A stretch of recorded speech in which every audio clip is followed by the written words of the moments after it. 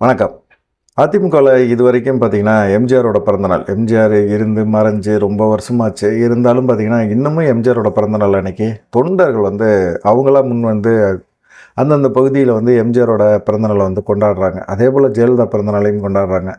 ஆனால் நேற்று எடப்பாடி பழனிசாமியோட 70வது பிறந்தநாள் நிர்வாகிகள் மட்டும்தான் கொண்டாடினாங்க. நிர்வாகிகள் அங்கங்கே சில மாவட்டங்களில் மட்டும் நிர்வாகிகள் மாவட்ட செயலாளர்கள், முன்னாள் அமைச்சர்கள் அப்படின்னு சொல்லிட்டு சிலர் எடப்பாடியோட 70வது பிறந்தநாள் விழாவை கொண்டாடினாங்க. இதில் பெருசாக ஒன்றுமே இல்லை. ஆனால் பார்த்திங்கன்னா, அண்ணாமலை பிறந்தநாள் வாழ்த்து சொன்னார். தமிழக வெற்றி கழகம் தலைவர் ஜோசப் விஜய் அவர் ஒரு வாழ்த்தை சொன்னார். இதுக்கு செல்லூர் ராஜிட்ட பதிலெலாம் கேட்டாங்க. செல்லூர் ராஜ் என்ன சொன்னார் அப்படின்னா, விஜய் எம்ஜிஆர் போல் தான் சம்பாதிச்ச காசெல்லாம் மக்களுக்கு செலவு பண்ணணும்னு நினைக்கிறாரு. அதனால் அரசியலுக்குள்ளே வந்திருக்கிறாரு. அவரெல்லாம் எடப்பாடி பழனிசாமிக்கு வாழ்த்து சொல்கிறாரு அப்படின்னா பயங்கர சந்தோஷமாக இருக்குது அப்படின்னு சொல்லியிருந்தார். அண்ணாமலையும் அதே போல் வாழ்த்து சொன்னதை நாங்கள் சந்தோஷமாக ஏற்றுக்கிறோம். விமர்சனங்களை எப்படி ஏற்றுக்கிறோமோ அதே போல் வாழ்த்தையும் நாங்கள் ஏற்றுக்கிறோம் அப்படின்னு சொன்னார். இதில் விஜய் எம்ஜிஆர் போல் சம்பாதிச்ச பணத்தை மக்களுக்காக செலவு பண்ணணும் அப்படின்னு சொல்லி அரசியலுக்கு வந்திருக்கிறார் அப்படின்னு செல்லூர் ராஜ் சொன்ன அந்த விஷயம் இவர் எப்படி பேசுகிறாரு? ஒருவேளை இவர் விஜய் கூட ஏதாவது டைப் வைக்க போகிறாரோ, அரசியலுக்குள்ளே விஜய் வந்தோன்னே விஜய் கூட சேர்ந்து நம்மளும் அந்த கட்சிக்கு தாவிடலாம் அப்படிங்கிற எண்ணத்தில் இருக்கிறாரோ அப்படிங்கிற மாதிரி கேள்வியெல்லாம் இருந்தது. அதே போல் அதிமுக திமுக உடைக்கிறதுக்கு விரும்பவே இல்லை. ஆனால் பாஜக அந்த வேலையை பார்க்கும் அப்படின்னு சொன்னார். யார்? அமைச்சர் ரகுபதி சொல்லிட்டு இருந்தார். இந்த மாதிரி சொல்லும்போது பார்த்திங்கன்னா, அமைச்சர் ரகுபதி சொன்னார் அப்படின்னு செல்லூர் ராஜிட்ட கேட்டால், அதிமுக பிளவுபட்டாப்பா இருக்குதே அப்படிங்கிற மாதிரி அவர் கூட பக்கத்தில் உட்காந்து இந்த ஆட்கள் எல்லாத்தையும் திரும்பி ஒவ்வொருத்தராக பார்த்து கேட்டார். அது எல்லாருமே பார்த்திங்கன்னா, அப்படிலாம் ஒன்றும் பிளவுபட்டு இல்லைங்க அப்படின்னு சொன்னாங்க. உடனே செல்லூர் ராஜ், பிளவுபட்டெல்லாம் இல்லைங்க, உங்களுக்கு பார்க்குறதுக்கு பிளவுபட்ட மாதிரி தோணும், ஆனால் பிளவுபட்டெல்லாம் இல்லை. 1-2 பேர் போவாங்க, அது சில விஷயங்கள் நடக்கும், அவ்வளோதான். மற்றபடி நிறைய பேர் வருவாங்க. 1-2 பேர் போகிறதுக்காக நம்ம ஒன்றும் சொல்ல முடியாது. ஆலமர வெயிலில் சில இலைகள் கதிர் கொட்ட தான் செய்யும். அதே போல் வேப்ப மரம் ஒரு நேரத்தில் கருகி போயிருக்கும். அதே மாதிரி தான் திமுகவும் அதிமுகவும்.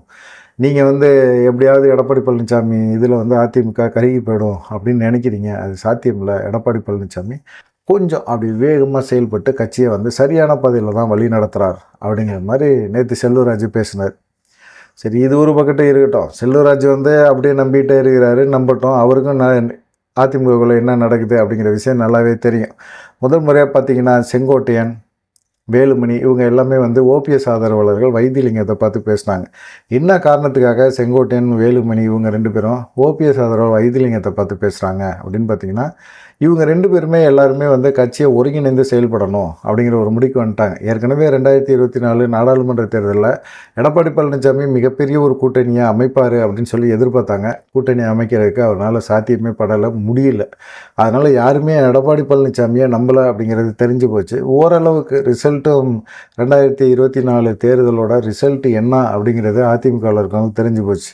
2026 சட்டமன்ற தேர்தலுக்குள்ளே திரும்பவும் நம்ம அதிமுக ஆட்சி அமைக்கணும் அப்படிங்கிற ஒரு எண்ணம் இருந்தால் கண்டிப்பாக நம்ம ஒருங்கிணைந்த ஒரு அதிமுக உருவாக்கி தான் ஆகணும். இதுக்கு இடைஞ்சலாக யார் இருக்கான்னு பார்த்தீங்கன்னா, எடப்பாடி பழனிசாமி தான் இருக்கிறார்.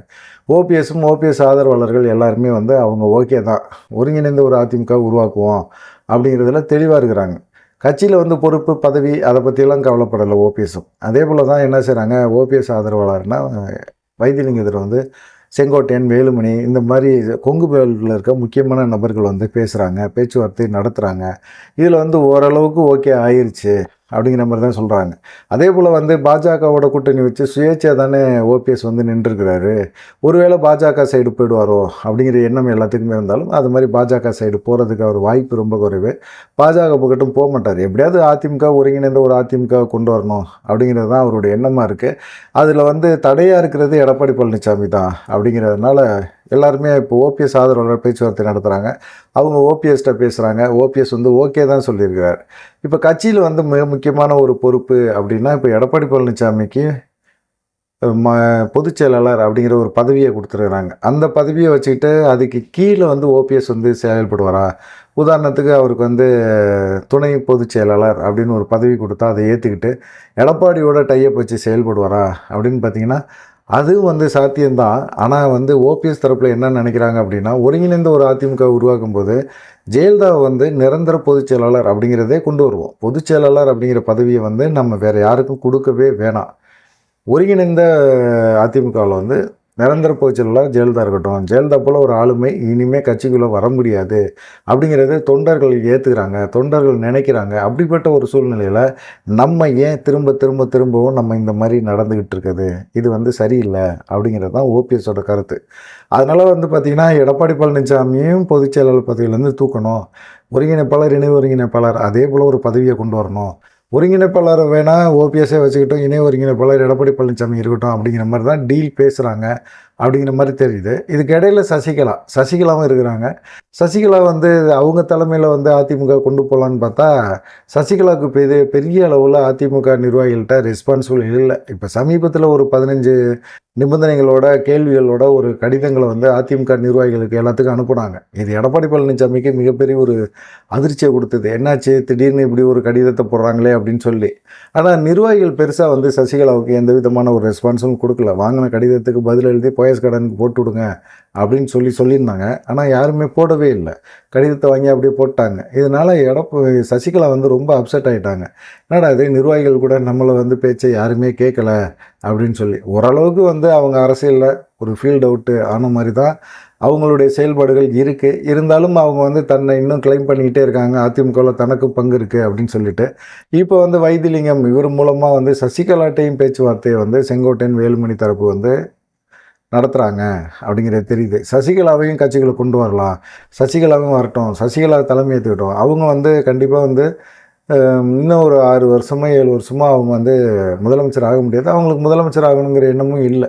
அவங்க வந்து கட்சியை வழி நடத்தலாம் அப்படிங்கிற எண்ணத்தில் மட்டும்தான் அவங்க இருக்கிறாங்க. அப்படிங்கிறனால அவங்கள கொண்டு வரதுனால எந்த தப்புமே கிடையாது. அவங்கள கட்சிகளை கொண்டு வரலாம் அப்படிங்கிற எண்ணத்தில் செங்கோட்டையன், வேலுமணி இவங்கெல்லாம் வந்து வைத்திலிங்கத்திட்ட பேச்சுவார்த்தை நடத்தியிருக்காங்க அப்படிங்கிற மாதிரி சொல்கிறாங்க. அதை தாண்டி பார்த்திங்கன்னா டிடிவி தினகரனை பொறுத்த வரைக்கும் கட்சி வந்து அவர் கைப்பற்றணுங்கிற எண்ணத்தில் அவர் இருக்கிறாரே ஒழிய, கட்சிக்குள்ளே வந்து அவருக்கு முக்கியமான ஒரு பதவியை அவருக்கு கிடைச்சே ஆகணும். குறிப்பாக பார்த்திங்கன்னா, இப்போ இந்த ஒருங்கிணைப்பாளர் அப்படின்னா ஒருங்கிணைப்பாளர் பதவியை அவர் வாங்கிக்குவார்.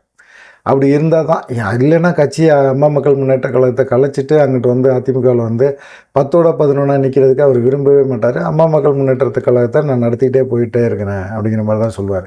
இப்போ ஒருங்கிணைந்த அதிமுக உருவாகணும்னா டிடிவி இல்லாமல் ஒரு ஒருங்கிணைந்த அதிமுக உருவாக்கவே முடியாது. இப்போ அம்மா மக்கள் முன்னேற்ற கழகம் எந்த காலகட்டத்திலும் எந்த சூழ்நிலையிலும் தனியாக இருந்தால் தென் மாவட்டங்கள், டெல்டா மாவட்டங்களில் அதிமுகவோட ஓட்டை கண்டிப்பாக பிரிப்பாங்க அப்படிங்கிறது எல்லாத்துக்குமே தெரிஞ்ச ஒரு விஷயந்தான். அப்படி இருக்கும்போது கண்டிப்பாக வந்து டிடிவி தினகரனையும் உள்ளே கொண்டு வரணும். என்ன பண்ணலாம், இப்போ வந்து பதவி சம்மந்தமாக தான் வந்து செங்கோட்டையன், வேலுமணி இவங்க எல்லாமே வந்து தொடர்ந்து ஆலோசனை பண்ணிகிட்டு இருக்காங்க. அதிமுக ஒருங்கிணைச்சு தான் ஆகணும். நாடாளுமன்ற தேர்தலில் கண்டிப்பாக வந்து பாஜக சில தொகுதிகளில் வெற்றி பெறுவாங்க. அதே போல் பார்த்திங்கன்னா 2026 சட்டமன்ற தேர்தலுக்கு இப்போலேருந்தே அவங்க செயல்பட ஆரம்பிச்சிட்ருக்காங்க. இப்போது நாடாளுமன்ற தேர்தலில் அவங்க கணிசமான வாக்கு சதவீதத்தையும் அதிகப்படுத்திடுவாங்க. மக்களோட செல்வாக்கு அவங்களுக்கு கண்டிப்பாக எகிரிக்கிட்டே இருக்கும் அப்படிங்கிற ஒரு எண்ணம் அவங்களுக்குள்ளே இருக்குது. அதனால் வந்து ஒரு பயம், ஒரு தயக்கம் எல்லாமே வந்து இப்போ அதிமுகவில் இருக்க சீனியர்கள் எல்லாத்துக்கும் வந்துடுச்சு. நான் கட்சியில் சீனியர்ப்பா, கட்சி வந்து இப்படி நடக்குது, கட்சியில் எனக்கு இந்த பொறுப்பு இருக்குது அப்படின்னு சொல்லிட்டு அலையிறத விட, கட்சி திரும்பவும் ஆட்சியில் உட்காந்தா தான் நம்ம வந்து நமக்கு மதிப்பு அப்படிங்கிறத இப்போ நினைக்க ஆரம்பிச்சிட்டாங்க. எடப்பாடி பழனிசாமி தன்னிச்சையாக செயல்படுறாரு, அவருடைய முடிவுகள் எல்லாமே வந்து அவருக்கு வந்து சுயநலமாகவே எடுக்கிறாரு அப்படிங்கிறது தான் கோபம். கொங்கு பெல்ட்டில் நம்ம இருக்கிறோம், கொங்கு பெல்ட்டில் அதிமுகவில் ஒரு முக்கியமான புள்ளி அப்படின்னு சொல்லி நம்ம சொல்லிக்கிட்டே இருந்தாலும் நமக்கான ஒரு வாய்ப்பை உருவாக்கணுங்கிறது சட்டமன்ற தேர்தல் தான் முடிவு பண்ணணும். அது முடிவு பண்ணல அப்படின்னா நம்ம ரொம்ப வேஸ்ட்டாக போயிடுவோம், கட்சியும் வேஸ்ட்டாக போயிடும், நம்மளுடைய கொள்கை கோட்பாடுகள் எல்லாமே வேஸ்ட்டாக போயிடும். நமக்கு வந்து ஆளுமை அப்படிங்கிறது கிடையவே கிடையாது. நம்ம ஒருங்கிணைந்த அதிமுகங்கிறது ஓரளவுக்கு ஆளுமையாக இருக்கும்.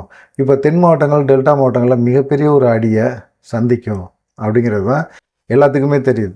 அதே சமயத்தில் வந்து பார்த்திங்கன்னா ஓபிஎஸ் எதிர்ப்பு அப்படின்னு பார்த்திங்கன்னா அதிமுகவில் இப்போ எடப்பாடி பழனிசாமியோட இருக்கிறவங்களில் ஜெயக்குமார், சிவி சண்முகம் இவங்க தான், கேபி முனுசாமி இந்த போன்ற நபர்கள் தான் இருக்கிறாங்க. இவங்களால ஜெயக்குமாரால் சொந்தமாக சுயமாக அவருடைய தொகுதியிலே வந்து வாக்கு வாங்க முடியாது அப்படிங்கிறது தெரியும். சிவி சண்முகத்துக்கு விழுப்புரத்தில் அவர் பெருசாக மாஸ் காட்டுவேன் அப்படின்னு சொன்னாலும் பெருசாக இருக்கிறதுக்கு வாய்ப்பில்லை. சும்மா பேச்சு தானே ஒழிய பெருசாக இல்லை. கேபி முனுசாமிக்கு சொந்த ஊர் பக்கத்தே அவரால் ஜெயிக்க முடியாது. எடப்பாடிக்கு என்ன செல்வாக்கு இருக்குதோ அதை விட ரொம்ப ரொம்ப மோசமான செல்வாக்கு தான் கேபி முனுசாமிக்கெலாம் இருக்குது. இவங்க 3 பேரையும் தவிர்க்கணும். இவங்க 3 பேரும் தான் ஓபிஎஸ்க்கு எதிர்ப்பு அப்படின்னா, இவங்க 3 பேருமே கட்சியை விட்டு தூக்கிடுவோம். இவங்களுக்கு ஆதரவாக செயல்படுற எடப்பாடியையும் கட்சியை விட்டு தூக்கிடுவோம் அப்படிங்கிற மாதிரி எண்ணத்தில் தான் இப்போ ஆலோசனையே நடக்குது அப்படிங்கிற மாதிரி சொல்கிறாங்க. அதனால் பார்த்திங்கன்னா விரைவில் வந்து ஒருங்கிணைந்த ஒரு அதிமுக நாடாளுமன்ற தேர்தல் ரிசல்ட் வந்தோடனே உருவாகும் அப்படின்னு சொல்கிறாங்க. பார்க்கலாம் என்ன நடக்கும் அப்படின்னு சொல்லி. உங்களுக்கு என்ன தோணுது? இந்த மாதிரி செயல்பாடுகள் எல்லாமே அதிமுகக்குள்ளே இவ்வளவு வந்து ஆலோசனை நடக்கிற இந்த விஷயத்தை பற்றி நீங்கள் என்ன நினைக்கிறீங்க அப்படிங்கிறத உங்கள் கமெண்ட்டையும் தெரிவிங்க. நன்றி, வணக்கம். தொடர்ந்து ஆதரவு கொடுங்க.